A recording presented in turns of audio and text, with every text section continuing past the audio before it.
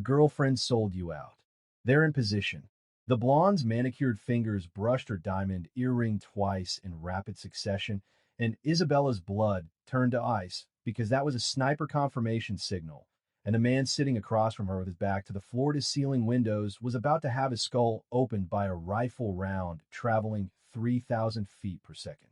The girlfriend smiled sweetly while typing on her phone under the table, and Isabella had maybe 45 seconds before Dominic Russo's brains decorated the expensive wallpaper behind him, and she was already moving, order pad in hand, scribbling words that would either save a life or end her own. Your the girlfriend sold you out, they're in position. She crossed the restaurant floor with her heart hammering because 4 years of CIA training was screaming that intervening would blow her cover and mark her for death. But watching a man die while she served champagne wasn't something she could live with.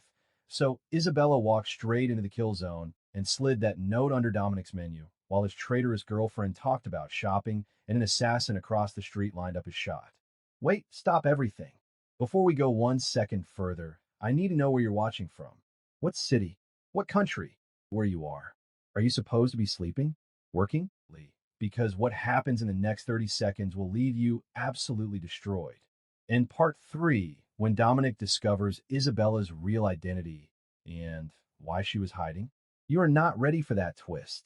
Now, let's get back, because that sniper has his finger on the trigger.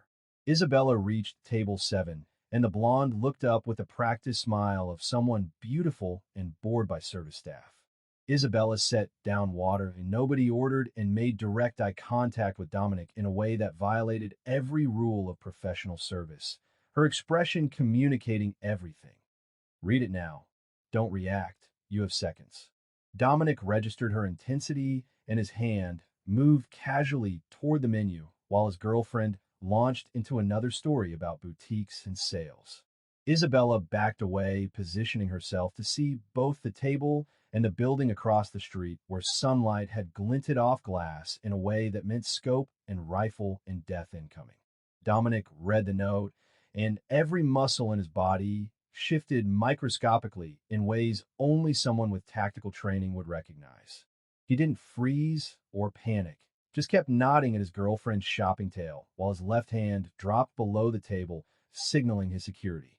Two men in suits who'd been sitting separately suddenly stood and moved with coordinated purpose. Dominic told his girlfriend something about wanting better lighting for photos because she looked so beautiful tonight, suggesting they move to a different table.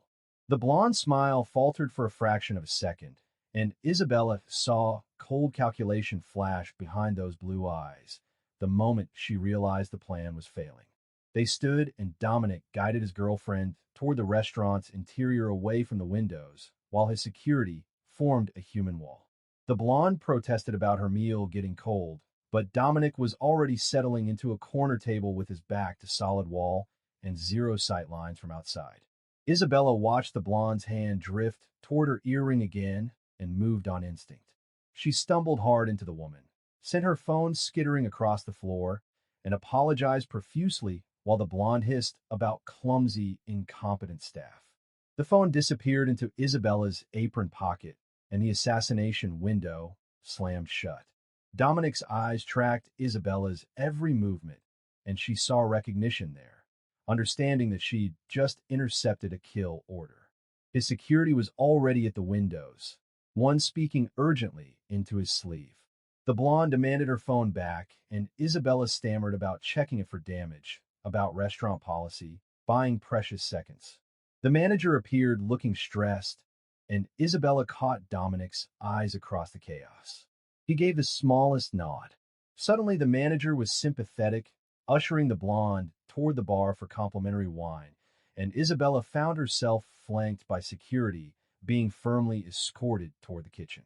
In the back office with the door closed, Dominic's head of security demanded to know who Isabella was and how she'd identified an active hit. Isabella decided her cover was already destroyed the moment she'd passed that note. She told them her real name was Isabella Martinez, former CIA counterintelligence, for years tracking terror cells and criminal organizations before she'd burned out and disappeared into Waitress anonymity. She'd recognized the spotter signal because she'd used them herself dozens of times. She handed over the blonde's phone and detailed her observations about sniper position and signal timing. The security chief's expression shifted from suspicion to professional respect. He made a call in rapid Italian and told Isabella that Mr. Russo wanted to speak with her immediately, but first they had to secure the situation.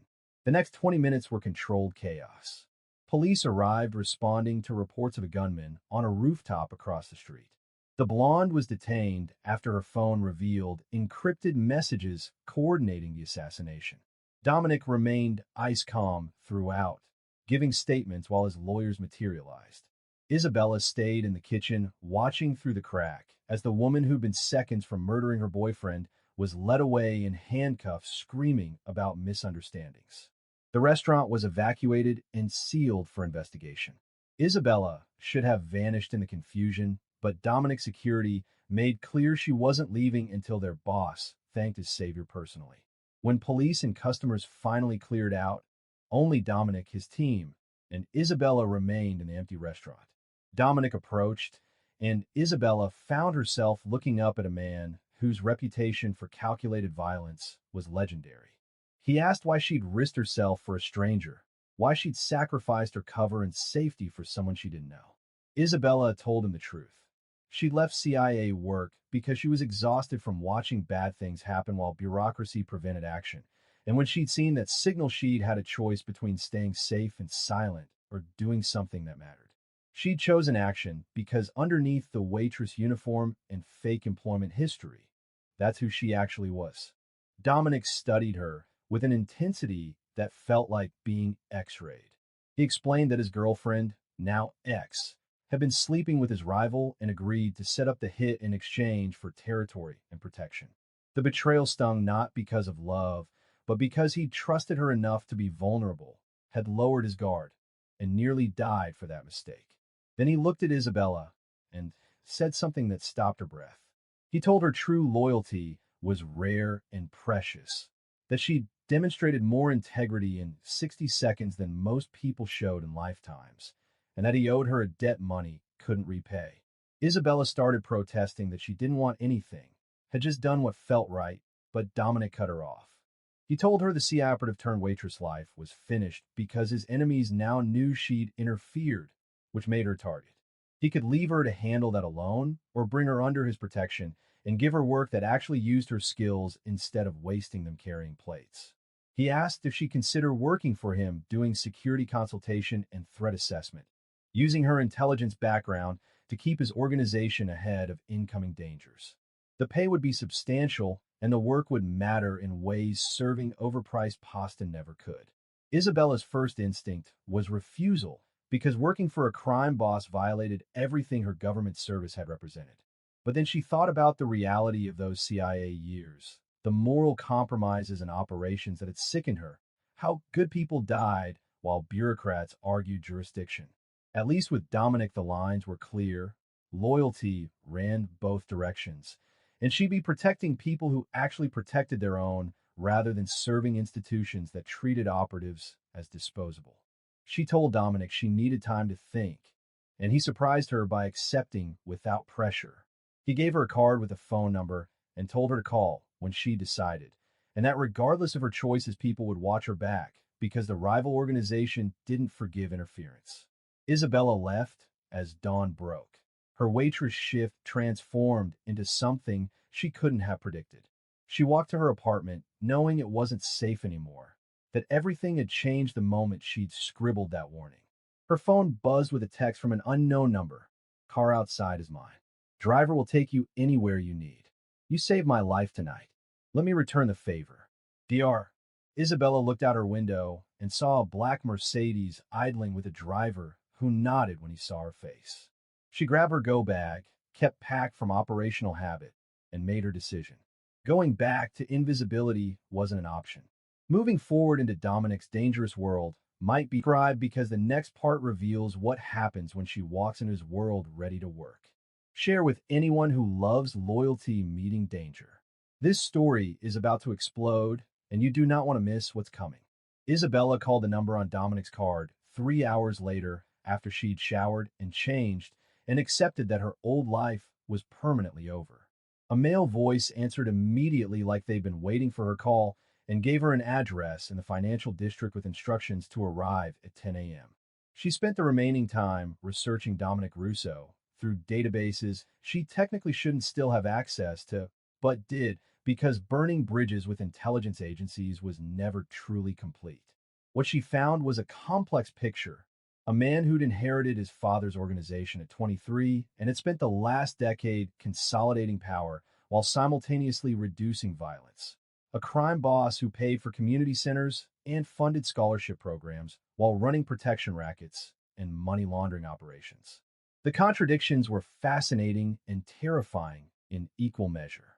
The address led to a glass and steel tower in the business district, legitimate corporate offices for a dozen shell companies that funneled Dominic's various enterprises.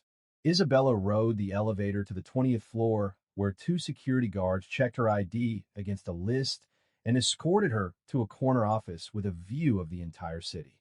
Dominic stood by the window in a charcoal suit looking like any other corporate executive except for the neck tattoo barely visible above his collar and the predatory stillness that marked him as something else entirely.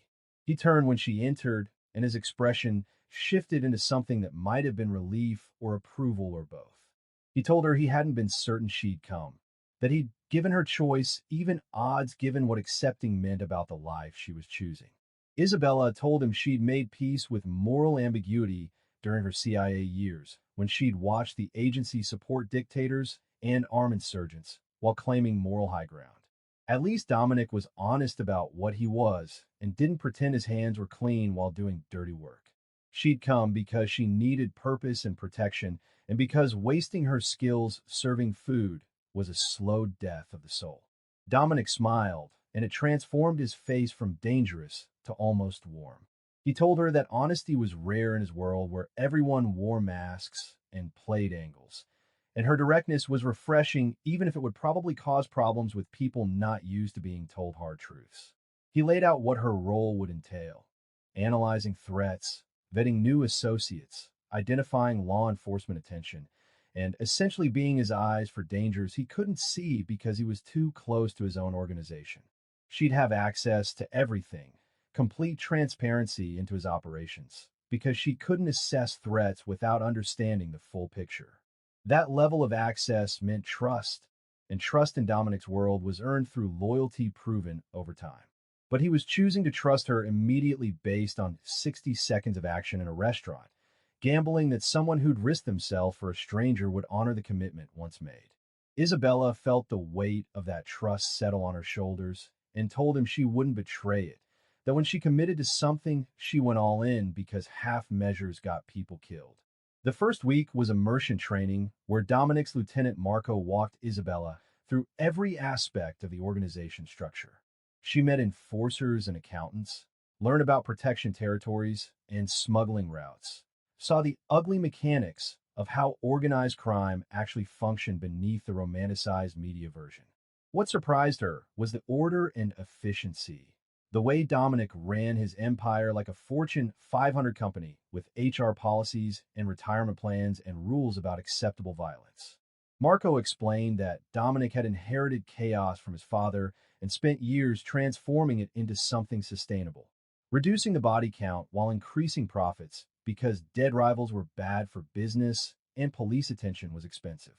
Isabella's operational background let her identify vulnerabilities immediately. She pointed out surveillance gaps and communication weaknesses, noted which associates were living beyond their visible means, suggesting skimming or side deals, identified law enforcement patterns that meant someone was cooperating. Dominic listened to her assessments with intensity and implemented her recommendations without ego or defensiveness. Within 2 weeks, she'd restructured his security protocols and identified 3 separate threats, including a federal investigation, a rival organization planning expansion into Dominic's territory, and an accountant who was selling information to the FBI. The accountant situation required immediate handling, and Dominic brought Isabella to the confrontation because he wanted her to understand how his world dealt with betrayal. They met the man in a warehouse where the acoustics made every sound echo, and the isolation made clear nobody was coming to help. Dominic didn't yell or threaten, just laid out the evidence Isabella had compiled in a folder that documented 2 years of cooperation with federal agents.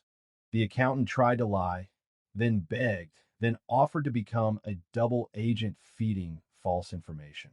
Dominic listened to all of it and then told the man that betrayal was the one unforgivable sin, that you could steal or fight or even kill within certain parameters, but selling out your people meant you had no value left to extract. Isabella watched Dominic's enforcer Marco escort the accountant toward the back of the warehouse and knew she should feel something, should protest or object, but found herself numb to it. The man had endangered everyone in the organization, including support staff and families, had sold information that could have sent dozens to prison, and a moral calculus was clearer than half the operation she'd supported at the CIA. When Marco returned alone 10 minutes later, Dominic asked Isabella if she had a problem with how things were handled. She told him the truth. She'd authorized drone strikes that killed targets and anyone standing nearby, so she had no moral high ground to judge his handling of a traitor. Dominic studied her face like he was seeing something that confirmed his suspicion and told her that most people lied about being comfortable with necessary violence. But she owned it without pretending to be something she wasn't. The professional relationship began shifting into something else during late nights, working in Dominic's office, reviewing threat assessments and planning responses. They'd order takeout and work through operational problems together. Isabella's intelligence, training, complementing Dominic's street-level understanding of power dynamics. He asked about her CIA years, and she found herself sharing stories she'd never told anyone. Missions that had gone sideways and moral compromises that had slowly eroded her faith in the institution she'd served. Dominic shared his own history. The father who'd ruled through fear and violence. The choice to take over at 23 after his father was killed. The decade spent transforming brutality into something approaching civilization without losing the edge that kept him alive. Isabella realized she was attracted to him during a crisis when a rival organization attempted a hit on one of Dominic's properties. She'd been coordinating the response from his office when he'd walked in covered in someone else's blood, adrenaline still pumping from direct confrontation. He'd looked at her and asked if she was okay, and the concern in his voice had been genuine. Like her safety mattered more than the attack he'd just survived. She'd told him she was fine, and he'd nodded and moved to clean up, but something in that moment had shifted, had made her see him not just as her employer, but as a man who'd chosen to trust her completely and whose intensity drew her like gravity. Dominic must have felt it too, because his hand had lingered when passing her documents. His eyes had tracked her movements around the office with an attention that went beyond professional, and twice she'd caught him staring at her with an expression that made her breath catch. The attraction was dangerous and complicated by power dynamics and professional boundaries, but Isabella found herself not caring about those considerations as much as she should. She'd spent 4 years at the CIA, maintaining perfect professional distance and emotional control, and maybe she was tired of being careful, tired of denying what she wanted because of arbitrary rules about appropriate behavior. The breaking point came 3 months into working for Dominic when she'd identified a threat that required immediate action. A detective who'd been investigating Dominic's organization had been reassigned to a task force with broader authority and more resources.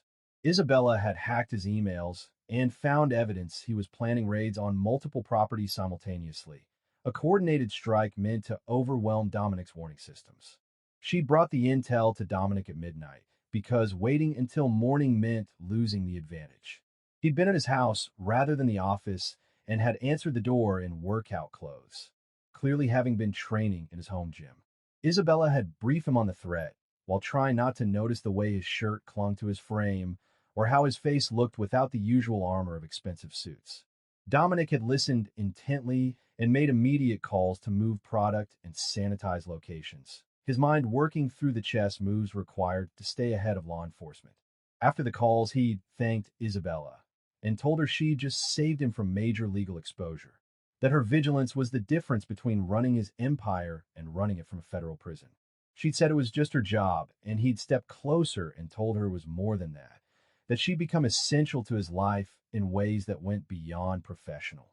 Isabella had closed the distance between them and kissed him before rational thought could intervene, before she could talk herself out of it with arguments about power dynamics and professional boundaries. Dominic had responded immediately, his hands tangling in her hair, kissing her back with intensity that suggested he'd been holding back for months. They'd ended up against the wall of his entryway, then on his couch, then eventually in his bedroom, where the attraction they'd been dancing around finally found its conclusion. Afterward, lying tangled in his sheets, Isabella told him this was probably a terrible idea, and Dominic had laughed and agreed, but said that the best things in his life had always been terrible ideas executed perfectly. The relationship transformed everything while changing nothing about their professional dynamic. At work, Isabella remained his security consultant, challenging his decisions and identifying threats without softening her assessments. But after hours, she was something else. The woman who knew all his vulnerabilities and loved him anyway, who'd seen the violence and the tenderness and chose him despite the complications. Dominic treated her like she was precious, protecting her even as she protected him, making space in his dangerous life for something approaching normal. 4 months into their relationship, Dominic's ex-girlfriend made bail and immediately disappeared from police custody. Intelligence suggested she'd fled to Dominic's rival, who'd orchestrated the original assassination attempt. Isabella tracked communications, indicating they were planning something bigger, a coordinated attack meant to eliminate Dominic and several key lieutenants simultaneously. The threat was serious enough that Dominic's entire organization went to heightened alert, everyone moving to secured locations, while Isabella worked to identify the specifics of the incoming assault.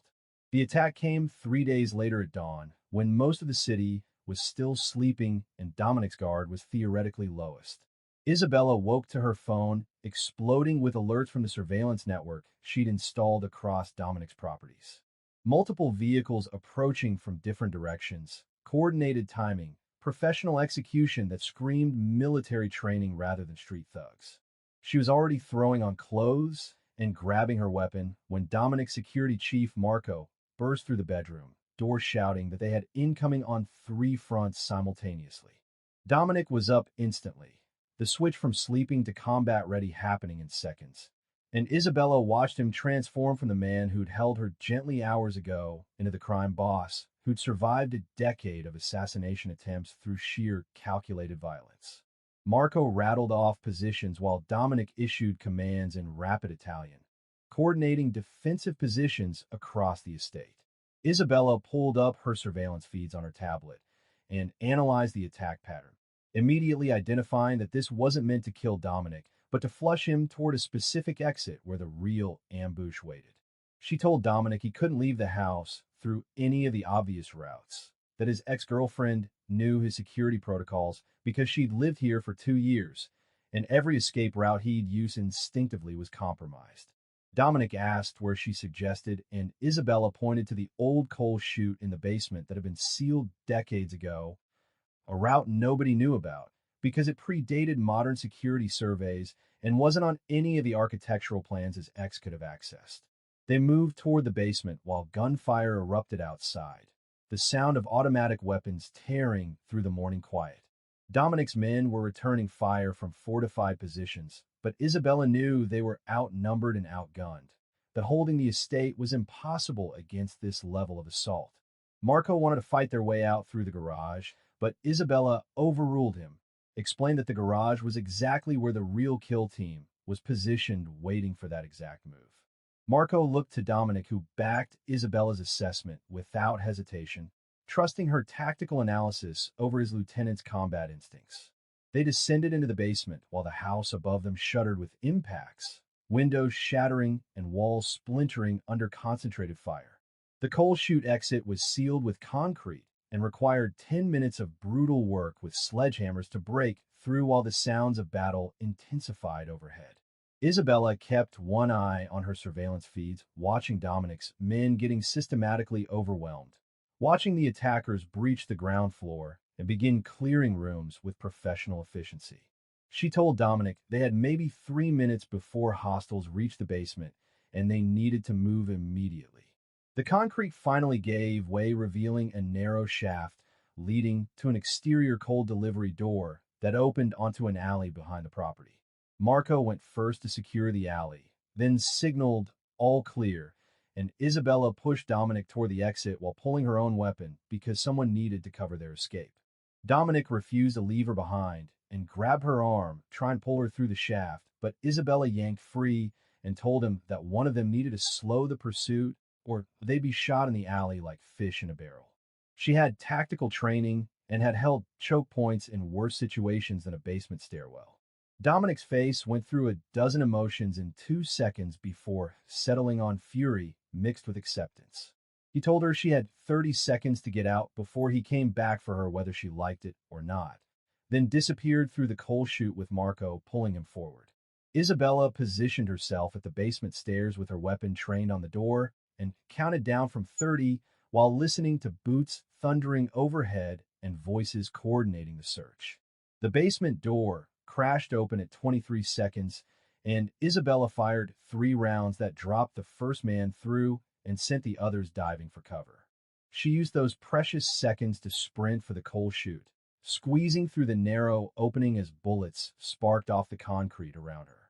She emerged into the alley, where Marco was waiting in an armored SUV with the engine running and Dominic was screaming at her from the open door. She threw herself into the vehicle and Marco gunned it before the door fully closed, tires screaming as they accelerated away from the estate. Behind them, the coal delivery door exploded outward and attackers emerged firing, but Marco was already executing a tactical driving pattern that made their vehicle impossible to track or target effectively. They drove for 20 minutes using counter-surveillance routes Isabella had designed specifically for this scenario, switching vehicles twice and using traffic patterns to confirm they'd lost any pursuit. Finally, they arrived at a safe house Isabella had established using untraceable funds, a property that didn't exist in any database connected to Dominic's organization. Inside the secure space, Dominic rounded on her with fury and fear warring in his expression. He told her that pulling a sacrifice play and nearly getting killed wasn't in her job description, that he needed her alive and functional, not playing hero in his basement. Isabella fired back that his dead body was even less useful, that someone had to delay pursuit, and she'd had the training and position to do it successfully, so arguing about it was pointless.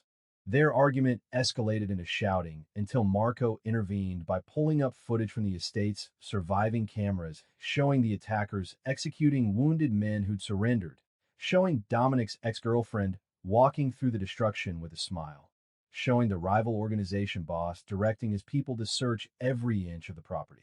Marco pointed out that if Isabella hadn't identified the trap and found the coal chute exit, Dominic would be on that footage with a bullet in his head instead of arguing in a safe house. The reality check shut down the argument, but the tension remained. Dominic's fear for Isabella's safety butting against her refusal to be protected at the cost of his life. Isabella shifted focus to tactical assessment, pulling up intelligence on the rival organization's capabilities and resources. The attack had been expensive and sophisticated, requiring coordination and firepower beyond what a single criminal organization typically deployed. She suspected outside funding or support, possibly from law enforcement elements who wanted Dominic removed but couldn't do it legally. Dominic confirmed her suspicion by explaining that the detective who'd been investigating him had recently been fired for corruption, and fired cops with grudges and connections were dangerous wildcards who'd sell information and support to anyone willing to pay. The next 48 hours were spent in the safe house, coordinating response, while Dominic's organization regrouped and assessed damage. 7 of his men had died defending the estate, another dozen were wounded, and the property itself was destroyed beyond repair.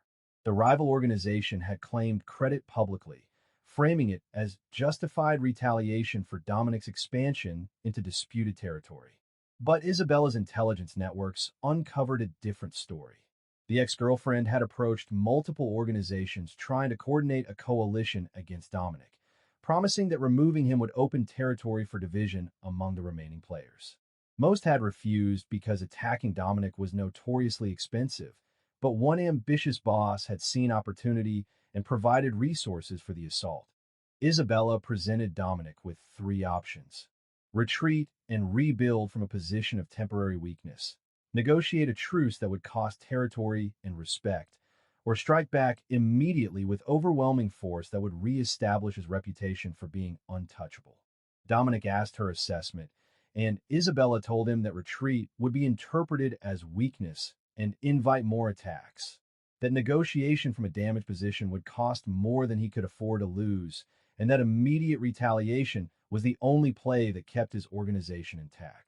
The problem was resources. They'd lost significant manpower and capability in the estate attack and didn't have a muscle for a full offensive. Isabella suggested an alternative: precision targeting rather than broad assault. Instead of trying to fight the entire rival organization, they'd eliminate the leadership and let the power vacuum tear the organization apart from within. She'd already identified the locations of the rival boss and his top lieutenants, had surveillance confirming their patterns and security weaknesses. A coordinated strike using Dominic's remaining loyal operators could decapitate the leadership in a single night, and without clear succession, the rival organization would collapse into infighting rather than maintaining offensive pressure. Dominic recognized the strategy from Isabella's CIA playbook: targeted elimination instead of conventional warfare, and approved the plan immediately. They spent 3 days planning the operation with the precision of a military campaign. Isabella coordinated intelligence gathering and route planning, while Dominic selected his most capable operators and briefed them on objectives. Marco would lead the team hitting the rival boss. Dominic would personally handle his ex-girlfriend because that betrayal demanded personal attention, and Isabella would run Overwatch coordinating communications and watching for law enforcement interference. Dominic tried to argue that Isabella should stay at the safe house, but she shut that down by reminding him that she'd run more field operations than everyone in his organization combined. And if he wanted this executed professionally, he needed her in the Tactical Operations Center, not hiding in a bunker. The night of the operation, Isabella set up in a commandeered office building with sight lines to all three target locations.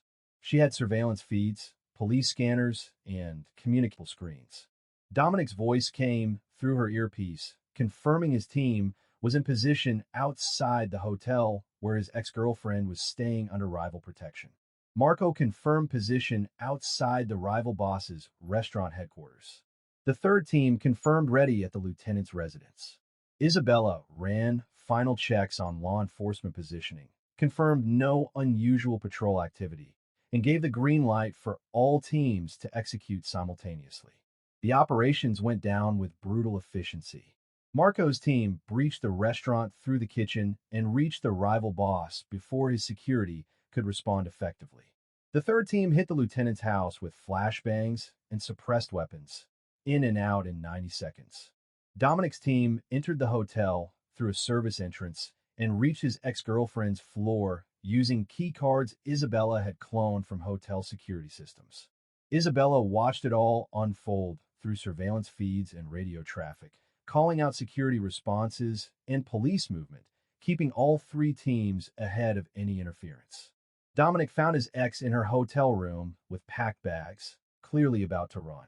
Isabella listened through his open mic as he told the woman who tried to kill him that betrayal carried specific consequences in his world, that she'd known the rules when she'd made her choices. The woman tried to negotiate, offering information about other conspirators and federal investigations, but Dominic told her that some debts could only be paid one way. Isabella heard the suppressed gunshot and Dominic's voice reporting objective complete, requesting extraction route. She guided him to a stairwell that security cameras didn't cover and a vehicle that would disappear into traffic without being memorable. All three teams extracted successfully and converged on a secondary safe house by midnight. The operation had taken 17 minutes from first breach to last extraction, professional and clean with no law enforcement contact. The rival organization's leadership was eliminated, their structure was collapsing, and Dominic's reputation for responding to attacks with overwhelming force was reestablished. Isabella watched Dominic's exhausted operators celebrate their survival and success, watched Marco brief the teams on next steps, and felt the strange satisfaction of a mission executed perfectly according to plan. Dominic found Isabella on the safe house balcony an hour after the debrief, watching the city lights and processing what they'd just accomplished. He wrapped his arms around her from behind and told her that eliminating 3 targets simultaneously with 0 casualties on their side was the kind of operational success his organization had never achieved before her. Isabella leaned back against him and admitted she felt strange satisfaction from executing violence outside government oversight, like she'd finally aligned her skills with her actual values instead of serving institutional interests that change with political wins. Dominic asked if she regretted leaving the CIA, and Isabella laughed without humor. Told him the agency had spent years teaching her to plan operations like tonight, but would have court-martialed her for executing them without proper authorization and paperwork. At least in Dominic's world, the mission parameters were clear and loyalty ran both directions. The next morning brought consequences faster than either anticipated. Federal agents raided 5 of Dominic's legitimate businesses simultaneously, clearly retaliation for the previous night's eliminations, even though no evidence connected him to the deaths. Isabella monitored the raids through her surveillance network and identified the detective who'd been fired for corruption as the source, someone feeding information and pushing federal contacts to harass Dominic's operations. The detective was Operational Resources, a dangerous combination that meant he had protection somewhere up the bureaucratic chain. Isabella told Dominic they needed to neutralize this threat permanently because a vengeful ex-cop with federal connections could destroy them through legal pressure even if criminal rivals couldn't kill them directly. Dominic assembled his core team and laid out the situation while Isabella presented her intelligence file on the detective. The man lived alone in a modest house, drank heavily every night at the same bar, and had financial problems that suggested he was being paid for his information, but not enough to actually solve his debt issues. Marco suggested simply killing him, but Isabella argued that would trigger massive law enforcement retaliation because dead cops brought heat that criminal deaths didn't. Instead, she proposed they flip him, find leverage that turned him from enemy to unwilling ally. Dominic asked what leverage she had in mind, and Isabella pulled up files showing the detective had been skimming money from evidence rooms for years, stealing from drug seizures, and pocketing cash that should have been logged. Proof of that corruption delivered to the right people would end his career and potentially put him in prison alongside people he'd arrested. They approached the detective at his regular bar 3 nights later, Dominic and Isabella sliding into his booth, while Marco positioned himself to block any escape. The detective's face went through shock, then rage, then fear as he recognized who'd just cornered him. Dominic laid out the situation clearly. They had evidence of years of theft from evidence rooms, documentation that would destroy what remained of his reputation and guarantee federal prosecution. The detective could continue his vendetta and watch his life implode, or he could provide information about which federal agents were being fed intelligence and who was protecting him. In exchange, Dominic would bury the evidence, and the detective could drink himself to death in peace without prison time. The detective tried to bluster about having copies of his files in secure locations that would be released if anything happened to him. But Isabella cut through the bluff by pulling up his apartment security feed, showing her people retrieving those exact files 3 hours ago. She'd had his entire life penetrated and documented before they'd even approached him. The detective's shoulders sagged as he realized he had no leverage and no options. He admitted that an assistant district attorney with political ambitions had been using him to gather information on Dominic, seeing it as a high-profile case that could launch a campaign for higher office. The ADA was the one pushing federal agencies to investigate and raid, building a prosecution case that would make headlines even if the actual charges were relatively minor financial crimes. Isabella asked if the ADA had any vulnerabilities, and the detective laughed bitterly, said everyone had something they wanted hidden. The ADA was having an affair with a married judge, meeting at hotels, and being extremely careful about electronic communications. The detective had followed them once out of professional paranoia and had photos that could wreck both careers and marriages. He'd kept the photos as insurance against being sacrificed if the prosecution fell apart, but he'd hand them over now in exchange for keeping his freedom. Dominic took the detective's phone and had Isabella verify the photos were authentic before agreeing to the deal. The detective would feed false information to the ADA, leading investigations away from Dominic's actual operations. And in exchange, he'd get to keep his pension and his freedom, even if he'd lost everything else. Armed with photos of the ADA's affair, Isabella crafted a strategy that was pure intelligence tradecraft. Instead of directly blackmailing the ADA, which would make him defensive and unpredictable, she anonymously leaked the photos to a journalist who covered political corruption.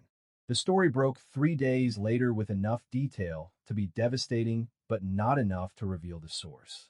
The ADA was suddenly fighting to save his career and marriage, too distracted by personal crisis to maintain pressure on Dominic's organization. The federal investigation stalled as their driving force collapsed, and Dominic's legitimate businesses returned to normal operations without constant law enforcement harassment. With immediate threats neutralized, Dominic began rebuilding his empire with Isabella as his strategic architect. She restructured his entire organization using principles from intelligence agencies, creating compartmentalization that limited exposure if any segment was compromised, establishing encrypted communications that couldn't be intercepted, and implementing background checks on all new associates that were more thorough than most government security clearances. Within 6 months, Dominic's organization was more secure and profitable than it had been in years, operating with efficiency that rival organizations couldn't match. Isabella's reputation within the criminal underworld grew into legend. The CIA operative who'd gone private and made one crime boss virtually untouchable. Their relationship deepened into something neither had expected to find in their violent worlds. Dominic treated Isabella as an equal partner rather than employee or girlfriend, consulting her on major decisions and trusting her judgment even when it contradicted his instincts. Isabella found herself building a life she'd never imagined, using skills the government had taught her, but applying them without the moral compromises that had driven her away. They moved into a new estate with security designed entirely by Isabella, a fortress that looked like a luxury home but could withstand anything short of military assault. Dominic proposed on the anniversary of a night she'd save his life in the restaurant, presenting her with a ring and asking if she'd marry a man whose world was violence, but whose heart was entirely hers. Isabella said yes while crying and laughing because she'd spent 4 years with the CIA believing she'd never have normal things like marriage and family, that her career had traded away domestic happiness for operational excellence. But Dominic wasn't offering normal, was offering partnership in building an empire and defending it together. And that proposition felt more honest than any government recruitment pitch about serving her country. They married in a private ceremony with only Dominic's closest people present, Marco standing as best man and Isabella's former CIA handler, sending an encrypted message of congratulations that was equal parts approval and warning about burning bridges with dangerous people.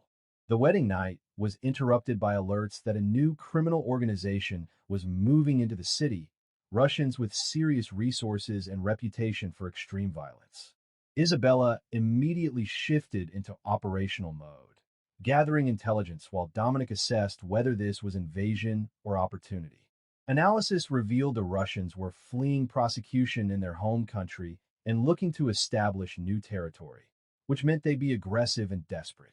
Dominic suggested reaching out to negotiate territory division before violence became inevitable, using Isabella's intelligence to demonstrate strength and offer cooperation from a position of power rather than weakness.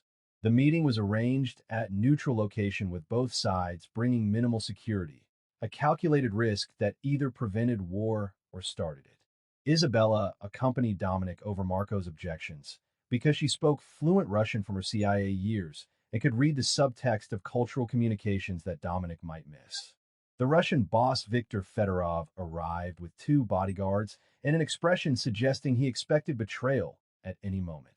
Dominic opened by acknowledging the Russians needed territory, and he was willing to discuss reasonable arrangements, that the city was large enough for multiple organizations if boundaries were respected. Victor studied them both with calculating eyes and then addressed Isabella directly in Russian, asking if she was truly CIA or if that was reputation inflation. Isabella responded in equally fluent Russian that her credentials were authentic, but her loyalty had shifted, that she'd found serving one man's clear vision more satisfying than serving government bureaucracy's confusion.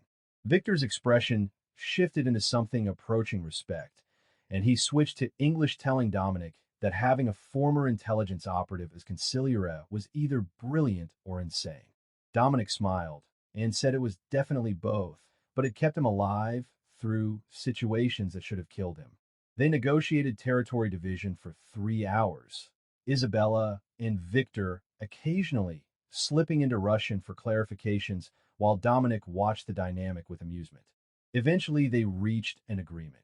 The Russians would take the waterfront territories Dominic had been planning to abandon anyway in exchange for intelligence, sharing about federal investigations and mutual defense against any organization that threatened either of them. The agreement held and transformed into unexpected alliance as Isabella and Victor developed professional respect that led to genuine intelligence cooperation. The Russians had different sources and methods than Dominic's organization, and combining intelligence networks created comprehensive coverage of law enforcement and rival activities. Isabella found herself coordinating with Russian intelligence officers who'd also left government service for more honest criminal employment, sharing tradecraft and laughing about bureaucratic stupidity they'd all escaped.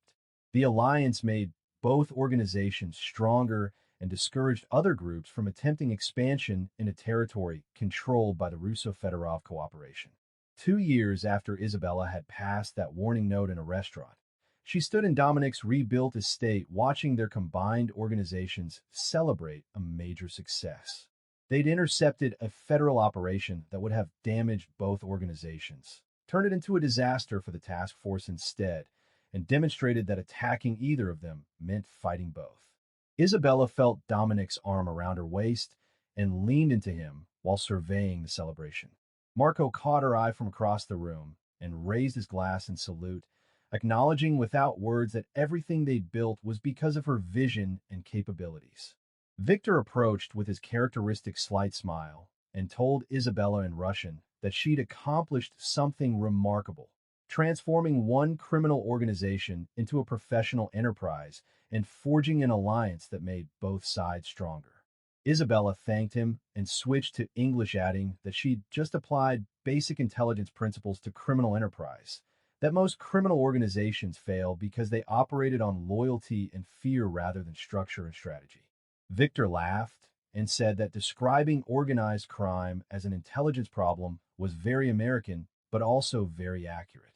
Dominic asked what they were discussing, and Isabella kissed his cheek and told him they were agreeing that his decision to trust a waitress who passed him a warning note was the best strategic choice he'd ever made.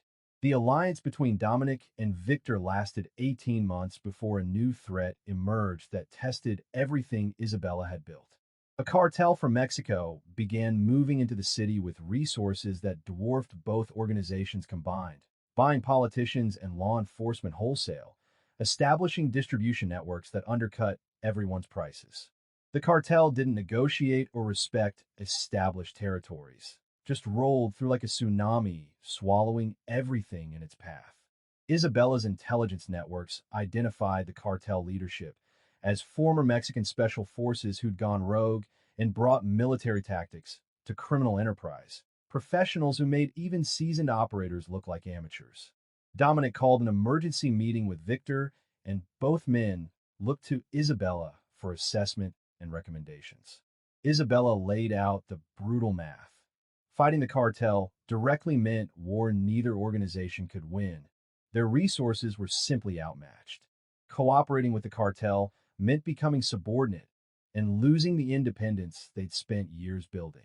The only viable option was forcing the cartel to negotiate from a position of perceived strength, even though actual strength was lacking. She proposed a strategy that was pure psychological warfare. Make the cartel believe the cost of conquest would exceed any potential profit. They'd hit cartel operations repeatedly using precision strikes that looked like much larger organizational capability, create the illusion of an army where only a strike team existed, make the cartel leadership paranoid about how deeply their organization had been penetrated. Dominic and Victor approved the plan, and Isabella began orchestrating the most complex operation of her career. She identified cartel stash houses and hit them with small teams using tactics that suggested insider information. She intercepted cartel communications and fed false intelligence that made their leadership suspect betrayal within their own ranks.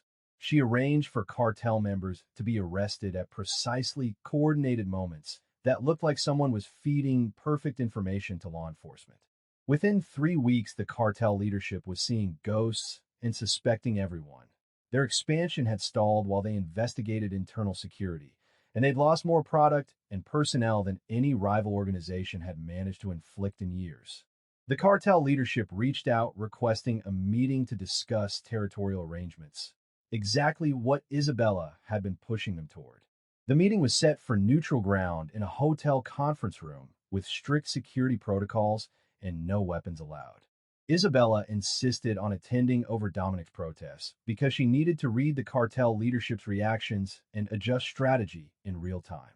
They arrived to find the cartel had sent 3 representatives, including their intelligence chief, a former Mexican intelligence officer named Hector Salazar, who took one look at Isabella and started laughing.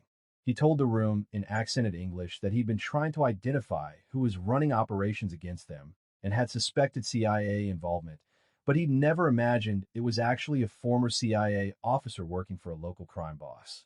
Isabella asked how he'd identified her, and Hector explained that her operational signature was distinctly American intelligence tradecraft, the way she compartmentalized operations and used psychological warfare over direct violence. He'd worked with CIA officers during his government service and recognized the methodology immediately. Then he surprised everyone by suggesting they stop fighting and start cooperating because talent like Isabella's was too valuable to waste on internal competition. The cartel wasn't interested in controlling the city's traditional criminal operations. They just needed distribution networks for product moving to other markets. If Dominic and Victor provided that distribution in exchange for substantial profit sharing, everyone made more money and nobody had to keep bleeding resources on pointless conflict. Dominic looked skeptical, but Isabella ran the numbers in her head and realized Hector was right. The cartel had product and capital. Dominic and Victor had established distribution networks and political connections. Combining them created something more powerful than any organization operating separately. She told Dominic this was the play, that fighting was ego, not strategy, and partnership made everyone richer and safer. Victor agreed immediately because Russians understood pragmatic alliances better than honor-bound violence. Dominic took longer to accept, but finally nodded and asked what terms the cartel proposed. They spent 4 hours negotiating a partnership that transformed the city's criminal landscape. 3 organizations operating under a profit-sharing agreement that gave each control over their specialties while supporting the others. The partnership worked better than anyone expected. Cartel product moved through Dominic's distribution networks into Victor's connections with corrupt shipping companies, creating a pipeline that generated enormous profits for all parties. Isabella coordinated intelligence sharing between all 3 organizations, creating a security network that law enforcement couldn't penetrate because every major criminal enterprise in the city was working together instead of creating vulnerabilities fighting each other. Within a year, they'd effectively owned the city's underground economy, and Isabella's reputation had grown into legend. The woman who turned competing criminal organizations into a functioning cartel through strategic brilliance that most military planners couldn't match. But success brought its own dangers as federal agencies finally recognized the threat. The FBI established a task force specifically targeting the cooperation between Dominic, Victor, and the Mexican cartel, dedicating resources and personnel to breaking what they called the most sophisticated criminal alliance in the country. Isabella identified the task force early through her law enforcement contacts and began planning countermeasures. But this was different from handling individual detectives or local prosecutors. The FBI had resources and patience and legal tools that made them far more dangerous than any criminal rival. The task force leader was a woman named Agent Sarah Chun who'd built her career prosecuting organized crime and had a reputation for obsessive dedication and tactical brilliance. Isabella researched Agent Chun extensively and realized with uncomfortable recognition that they were similar personalities on opposite sides of a conflict, both using intelligence backgrounds and strategic thinking to achieve their objectives. The difference was Chun served institutions, while Isabella served one man, but the methodologies were nearly identical. Isabella told Dominic that Chun would be their most dangerous opponent because she'd think like Isabella thought, anticipate moves before they happened, and probe for weaknesses with patience that criminals usually lacked. Dominic asked if Isabella could outmaneuver someone playing her own game, and Isabella admitted she didn't know, that facing an equal opponent would come down to who made fewer mistakes under pressure. The FBI task force began building their case methodically, surveilling operations and documenting connections between the three organizations. Isabella countered by implementing even stricter operational security, the FBI couldn't crack, and ensuring that no single person in any organization knew enough to provide prosecution-worthy testimony. But Chin adapted to every countermeasure, finding new avenues and pressure points. She began targeting the families of organization members, not with violence, but with legal pressure and financial audits that made normal life impossible. The message was clear. Working for this alliance would cost more than any paycheck was worth. The pressure created stress fractures in the alliance as lower-level members started talking to the FBI or simply walking away from criminal life. Isabella watched her carefully constructed security architecture start crumbling and recognized that Chun had found the vulnerability. You could have perfect operational security, but if you made people's families miserable, they'd eventually sacrifice anything to make it stop. Isabella told Dominic they needed to shift strategies from defense to offense. That Chin's obsessive focus on this case meant she'd sacrificed work-life balance and personal relationships for career advancement. If they could create pressure in Chin's personal life the way Chun was pressuring their organizations, maybe the FBI would redirect her to less stressful assignments. Isabella investigated Chin's background and found exactly what she expected. A brilliant woman who'd sacrificed everything for her career, no spouse or children, estranged from family who thought she worked too much, living in a small apartment because she spent 80 hours a week at the office. But Chen had one weakness, a sister with medical problems who depended on Chen's financial support for treatment. Isabella immediately vetoed any plan to threaten the sister because that crossed lines she wouldn't cross even in this world, but it gave her a different idea. If Chen's motivation was career advancement and saving her sister, what if someone offered to help with the sister's medical bills in exchange for Chen's career taking a different direction away from this task force? Isabella made an anonymous approach through a medical charity offering to cover the sister's treatment costs completely. No strings attached, except gratitude. Chun investigated the charity and found it legitimate with funding from sources that appeared clean. Her sister's treatment got fully funded, and Chun found herself confused about the sudden philanthropic interest. Then Isabella sent an encrypted message suggesting that some problems resolve themselves when people stopped forcing confrontations that harmed everyone involved, that Chen's sister would continue receiving care as long as certain investigations remained appropriately unfocused. It was barely a threat and mostly just pointing out coincidences, but Chen was smart enough to understand the subtext. Agent Chun faced an impossible choice. Continue her obsessive pursuit of a case that might never result in conviction and risk her sister's medical care, or accept that sometimes targets were too sophisticated to take down through conventional investigation. She spent 2 weeks wrestling with the decision before finally requesting transfer to a different task force, citing burnout and personal obligations. The FBI reassigned her, and the investigation into the three-organization alliance stalled as the new task force leader lacked Chen's strategic brilliance and obsessive dedication. Isabella had won by finding the one leverage point that made even a dedicated federal agent reconsider whether the fight was worth the cost. With the FBI pressure reduced, the alliance between Dominic, Victor, and the cartel stabilized into something approaching legitimate business operations.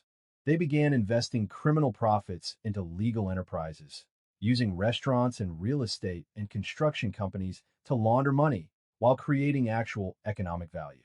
Isabella designed the entire structure using shell companies and international banking that made tracking nearly impossible even for investigators who knew what they were looking for. Dominic's organization transformed from traditional crime family into something resembling a multinational corporation that happened to have some illegal divisions alongside the legitimate ones. 3 years after Isabella had slipped that warning note across a restaurant table, she stood with Dominic at a ribbon-cutting ceremony for a new community center their foundation had funded in an impoverished neighborhood. Politicians praised their philanthropy, and community members thanked them for investing where others wouldn't. Isabella watched the ceremony and marveled at the strange journey from CIA operative to waitress to crime boss's wife and strategic architect. Dominic squeezed her hand and whispered that none of this existed without her, that she transformed his violent empire into something with actual legacy beyond bodies and territory disputes. That evening, they hosted a private dinner celebrating the community center and their anniversary. Victor attended with his wife. Hector brought representatives from the cartel leadership, and Marco stood, as always, watching over Dominic, but now with genuine affection for Isabella, who'd become family rather than just the boss's wife. During dinner, Dominic stood and made a toast thanking Isabella for saving his life that night in the restaurant, but more importantly, for saving his soul, for showing him that being powerful didn't require being a monster, that loyalty and strategy could achieve more than fear and violence ever had. Isabella responded with her own toast, acknowledging that she'd spent years serving institutions that claimed moral authority while doing terrible things in shadows, but that Dominic had given her something those institutions never had: the freedom to act on her values without political considerations overriding ethical ones, the security to build something lasting with someone who understood her completely. She told the room that people always said criminals had no honor, but she found more genuine loyalty and integrity in this world than she'd ever found in government service. The room erupted in agreement and celebration, criminal leaders and their families raising glasses to partnership and prosperity. Later that night, alone in their bedroom, Dominic asked Isabella if she had any regrets about the path her life had taken. Isabella thought about the question seriously before answering that she regretted the people she'd failed to save over the years, both during her CIA service and since, but that she didn't regret choosing him in this life. She told him that everyone made choices about what they valued and who they served, and she'd chosen to serve one man with clear vision over institutions with murky agendas. Dominic pulled her close and told her that choosing her had been the easiest decision of his life, that the moment she'd slipped him that warning note, he'd known she was different from everyone else who'd ever orbited his world. They fell asleep tangled together, while security systems Isabella had designed monitored their estate, and intelligence networks she'd built tracked threats across the city. In the morning, they'd wake and continue building their empire, protecting what they'd created and proving that sometimes the most unexpected partnerships created the most powerful foundations. Isabella had saved Dominic's life that night in the restaurant, but he'd saved hers too by offering purpose and partnership when she'd been drowning in meaningless service work. Together, they'd built something that transcended traditional definitions of right and wrong, something that operated in moral gray areas, but with crystal clear loyalty and commitment to protecting their people and their future. Sometimes the most dangerous choice becomes the most liberating one when you're brave enough to follow your instincts over society's expectations. Isabella traded government service and moral certainty for criminal partnership and ethical complexity, but gained authentic purpose and genuine love. She proved that intelligence and loyalty matter more than which side of the law you operate on, that protecting the people you love sometimes requires operating outside systems designed to constrain rather than enable. Her journey from CIA operative to crime boss's strategic partner showed that the most powerful transformations come from trusting your skills and following your heart, even when the destination looks nothing like the life you planned. Sometimes saving one person in a critical moment changes everything. And the gratitude and love that grows from that moment builds foundations stronger than any institution. If this story had you on the edge of your seat, drop it out of it. Share with someone who loves intelligence thrillers and unexpected romance. The next story is coming and it's darker and more intense than anything